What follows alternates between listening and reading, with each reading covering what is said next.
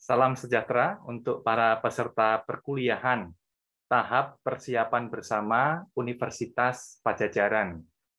Saat ini bersama saya, Teguh Widiatmoko, kita akan membahas topik mengenai agama, Alkitab, dan fungsinya. Ya.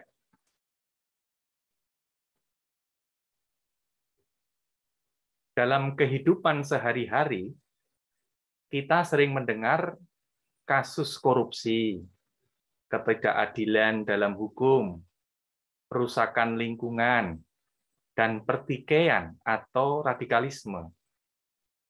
Padahal kita, sebagai orang yang mengaku percaya kepada Tuhan, atau sebagai umat yang beragama, sehingga muncul pertanyaan, mengapa kehidupan manusia yang beragama ini tidak sesuai dengan ajaran kitab sucinya? Selanjutnya. Nah, kita akan mengamati beberapa contoh kasus yang bisa kita jumpai di dalam Alkitab. Ternyata di dalam Alkitab juga terdapat orang atau sekelompok orang yang hidupnya tidak sesuai dengan apa yang diajarkan oleh guru, nabi, atau kitab-kitabnya. Misalnya Yudas. Dia adalah salah seorang dari 12 murid Yesus yang selalu mendengar pengajaran Yesus, menyertai dalam setiap pelayanan Yesus, dan bahkan dia adalah seorang bendahara dalam kelompok pengikut Yesus ini. Yudas sering membeli bahan makanan dan memberikan bantuan kepada orang miskin. Ini sebuah posisi yang terhormat dalam jajaran murid atau pengikut Yesus. Namun dalam Yohanes 12 ayat 6, kita bisa melihat sisi lain dari Yudas, yang sebenarnya dia tidak tulus dalam melakukan tugasnya. Dia tidak sungguh-sungguh memperhatikan nasib orang miskin, namun karena ia adalah seorang pencuri.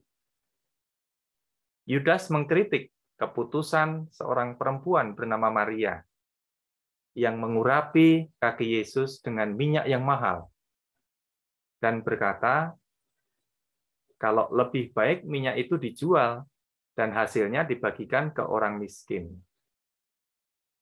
Memang saran Yudas ini nampak baik dan sangat rohani, namun hatinya sangat jahat karena ada motivasi untuk mencuri uang bantuan itu. Kemudian, contoh yang lain, ada 2 orang murid Yesus yang sedang berjalan ke Emmaus. Setelah mereka merasa putus asa karena sang guru yang dia harapkan membebaskan mereka dari perbudakan telah tiada atau mati. Namun Yesus menemui mereka setelah bangkit dari kematian dan menegur kebodohan dan kelambanan hati mereka. Mereka sudah diajar cukup lama selama mengikuti Yesus. Namun mereka tidak memahami dengan benar dan mendalam, sehingga keputusan yang diambil tidak sesuai dengan kehendak Yesus. Ini ada 2 contoh apa yang terjadi di antara murid-murid Yesus. Berikutnya adalah sekelompok orang Farisi dan orang Saduki yang saling bertentangan mengenai doktrin kebangkitan. Orang Saduki tidak percaya ada kebangkitan, sedangkan orang Farisi percaya. Kedua kelompok ini juga tidak suka dengan pengajaran Yesus. Yesus menegur sikap mereka yang suka berselisih. Yesus menyebut mereka sesat, sebab mereka tidak mengerti kitab suci maupun kuasa Allah. Dari ketiga contoh ini, kita bisa melihat, mengamati ketidaksesuaian hidup manusia dengan ajaran kitab suci. Hal itu disebabkan karena hatinya dipenuhi dengan ketamakan, hawa nafsu, atau hal-hal yang jahat. Juga disebabkan oleh kelambanan manusia untuk mengerti maksud-maksud Tuhan. Dan juga karena ketidakpahaman mereka akan kitab suci maupun kuasa Allah. Berikutnya. Nah, jadi apa yang harus kita perhatikan dalam kehidupan beragama kita? Kita bisa melihat sebuah peringatan yang Yesus sampaikan dalam Matius 5 ayat 20. Demikianlah kata firman Tuhan.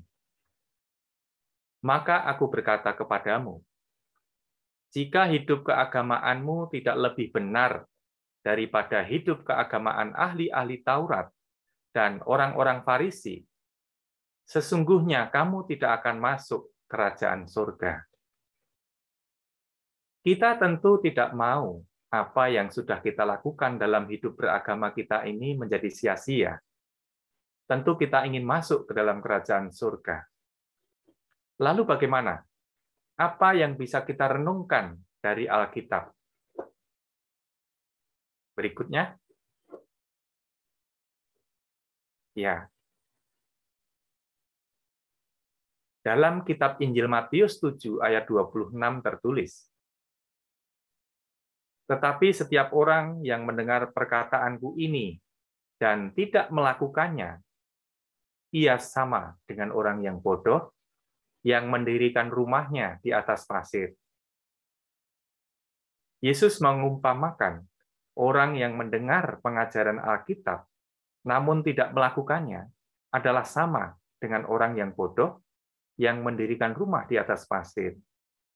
Jadi yang perlu kita renungkan adalah apakah kita sudah menjadi pelaku firman Tuhan agar hidup kita tetap kokoh dan iman percaya kita tetap kuat dalam menghadapi ujian dan pencobaan. Maka kita perlu menjadi orang bijak seperti yang digambarkan dalam perumpamaan Tuhan Yesus tadi. Hendaklah kita tidak hanya mendengar firman Tuhan, tetapi juga melakukannya. Itulah yang akan mengokohkan iman kita. Ayat kedua yang bisa kita renungkan adalah Roma 12 ayat 1. Karena itu, saudara-saudara, demi kemurahan Allah, aku menasihatkan kamu, supaya kamu mempersembahkan tubuhmu sebagai persembahan yang hidup, yang kudus dan yang berkenan kepada Allah. Itu adalah ibadahmu yang sejati. Di ayat ini, Rasul Paulus mengingatkan kita agar sebagai umat kepunyaan Allah yang telah ditebus dan diberi kasih karunia, supaya kita mempersembahkan anggota-anggota tubuh kita untuk sesuatu yang baik, sesuatu yang kudus, yang berkenan kepada Allah, karena ini adalah ibadah yang sejati. Kita bisa melihat sebuah ilustrasi yang juga sempat diceritakan oleh Tuhan Yesus mengenai seorang anak yang hilang. Dia menyadari kehidupan lamanya sungguh tidak layak. Dan ketika dia merasakan penerimaan Sang Bapa, akhirnya dia menjadi orang yang berbeda. Kiranya hal ini bisa menjadi refleksi untuk kita. Berikutnya.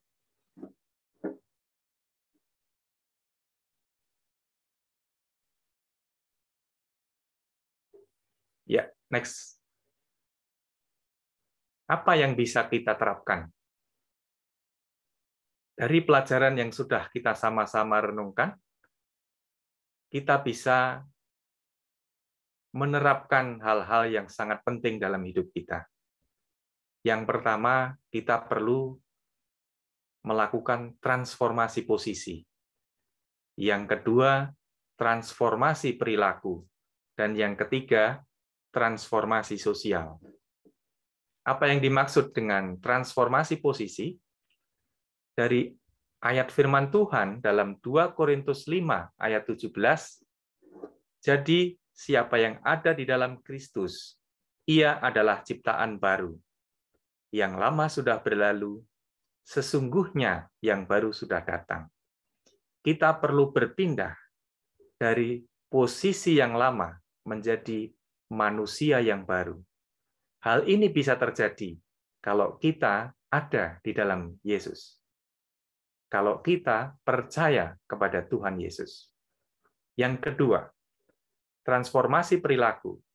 Dalam Roma 12 ayat 2 dikatakan, janganlah kamu menjadi serupa dengan dunia ini, tetapi berubahlah oleh pembaharuan budimu, sehingga kamu dapat membedakan manakah kehendak Allah, apa yang baik, yang berkenan kepada Allah, dan yang sempurna. Setelah kita mengalami transformasi posisi, kita juga perlu berubah, tidak lagi menjadi serupa dengan dunia, namun berubahlah oleh pembaharuan budi kita. Ketika kita semakin belajar Alkitab, semakin mengerti maksud-maksud Tuhan, hendaklah kita juga mulai melakukan apa yang berkenan kepada Allah, apa yang baik, dan apa yang sempurna. Yang ketiga adalah transformasi sosial. Dalam Matius 5 ayat 13 dikatakan, kamu adalah garam dunia.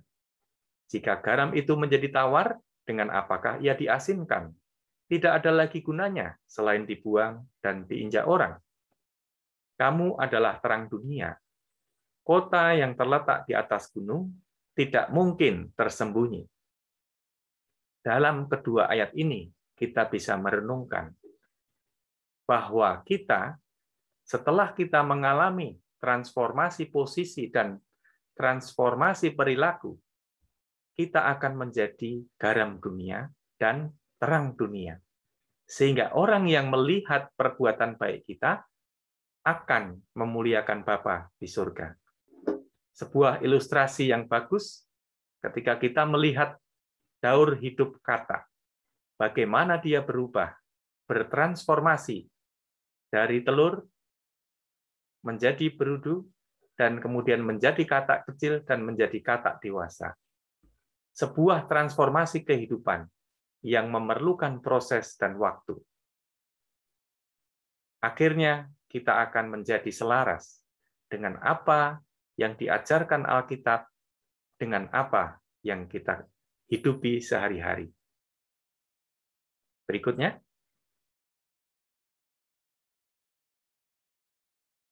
Next.